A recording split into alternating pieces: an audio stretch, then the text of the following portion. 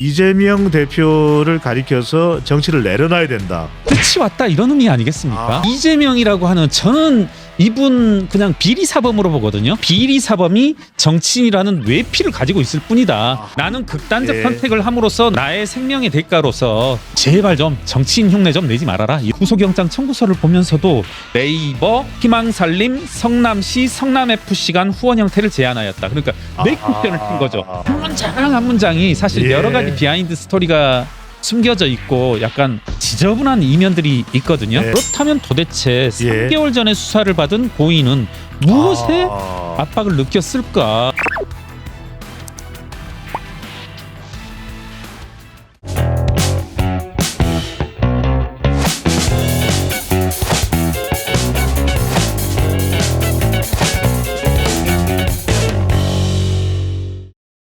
위원장의 일부 내용이라고 알려지고 있는데 이재명 대표를 가리켜서 정치를 내려놔야 된다. 그렇죠. 맞습니다. 이건 어떻게 봐야 되나요? 끝이 왔다 이런 의미 아니겠습니까?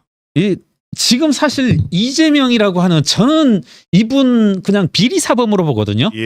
비리사범, 부패사범인데 이분은 정치인이라는 아이덴티티, 정체성을 가지고 있는 게 아니라 비리사범이 정치인이라는 외피를 가지고 있을 뿐이다. 그런데 고인께서 보시기에도 여러 가지 혐의 내용들이 드러나고 있는 이상 더 이상은 정치인이라는 껍데기를 벗어라.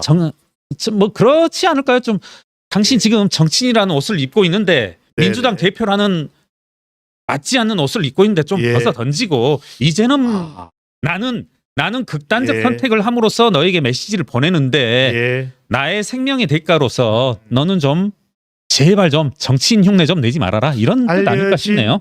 이재명 전 대표를 오랫동안 모셨던 비서인데 비서실장인데 유가족들이 왜 면회를 거부했을까요?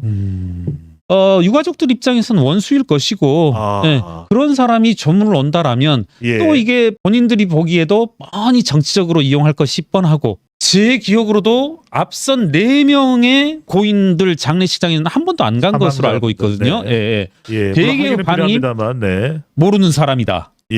뭐 김문기 씨 같은 경우는 모르는 사람이다. 뭐 그럼으로써 또 공직선거법 위반 혐의로 지금 기소되어서 재판을 받고 있긴 합니다만은 사진이 있고 또 골프를 같이 쳤고 연수를 같이 갔는데 모른다 이랬단 말이에요. 그렇죠. 그리고 이제 저는 뚜렷이 또 기억에 남아 있는 장면 하나가 약간 이렇게 건들거리면서 제가 이 뭐라고 하는 건 저의 어떤 입버릇이 아니라 이재명 대표로 기억합니다.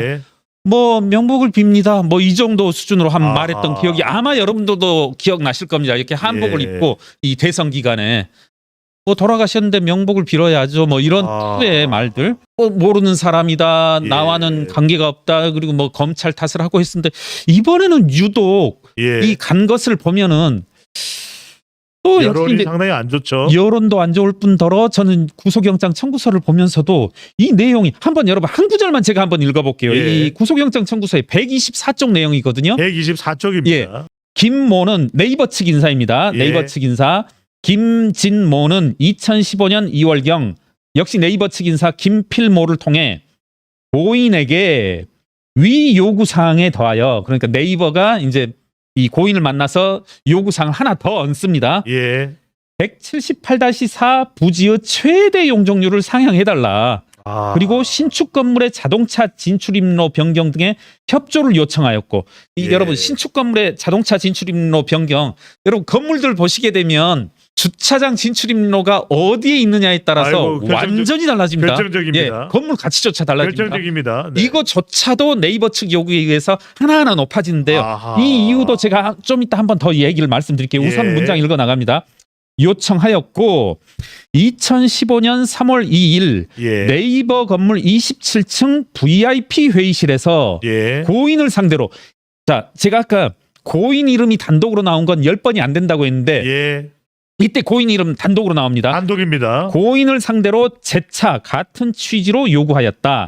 이에 고인은 네이버 요구사항에 대한 이행을 약속하여 그러니까 여러 차례 상향되는 요구를 하는데 그것을 이 고인께서 오케이 받아주마 약속하며 대외적으로 네이버가 성남FC를 직접 후원하는 것이 드러나지 않도록 네이버가 유독 성남 FC를 직접 후원하는 거에 대해서 상당히 부담스러워하거든요. 예. 이유 중에 하나는 그때 당시 네이버 사장이 판사 출신이었습니다. 법에 저촉될 거라는 걸 아는 거죠. 성남시가 협약에 포함되어야 한다는 네이버의 입장을 반영한 네이버 희망살림 성남시 성남FC 간 후원 형태를 제안하였다. 그러니까 내 쿠션을 친 거죠. 네이버가 성남FC를 곧바로 후원하는 것이 아니라 예. 야 네이버의 판사 출신 CEO가 야 그럼 안 돼. 이거 아무래도 법에 걸릴 수 있으니까 네. 안전장치 마련해. 하나 끄집어 넣은 게 우리 재윤경 의원이 이사장으로 있는 희망살림. 예. 그리고 야 성남시도 넣어.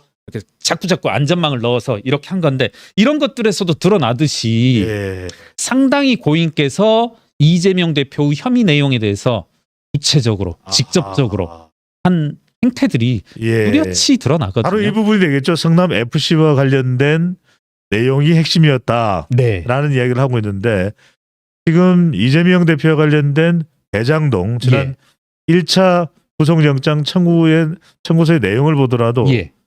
주로 이제 이 고인과 관련된 내용은 성남 FC 관련입니다. 그죠? 예. 네. 이재명, 정진상, 고인 예. 이렇게 나온 문장도 한번 읽어보겠습니다. 예, 한번 예. 제가 예시로 예. 그대로 한번 읽어보겠습니다. 125쪽 내용입니다. 네.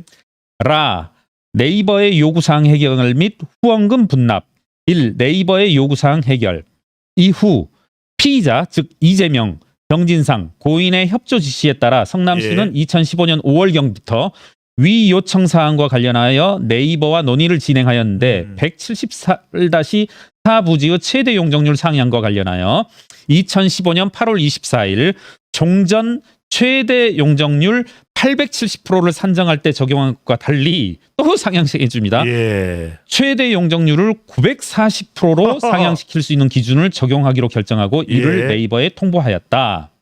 그 결과 이재명, 정진상, 고인 이석모는 네이버로 네. 하여금 이와 같이 희망살림을 경유하여 주식회사 성남FC에 합계 40억 원을 지급하게 함으로써 예. 피의자의 남은 재임 기간 동안 성남FC의 운영자금을 마련하고 이모는 이와 같이 자신의 능력과 노력으로 네이버로부터 후원금을 유치한 것이 아님에도 불구하고 예. 그 후원금 유치 성과금으로 가장하여 2015년 7월과 12월 합계 1억 200만 원을 지급받았다.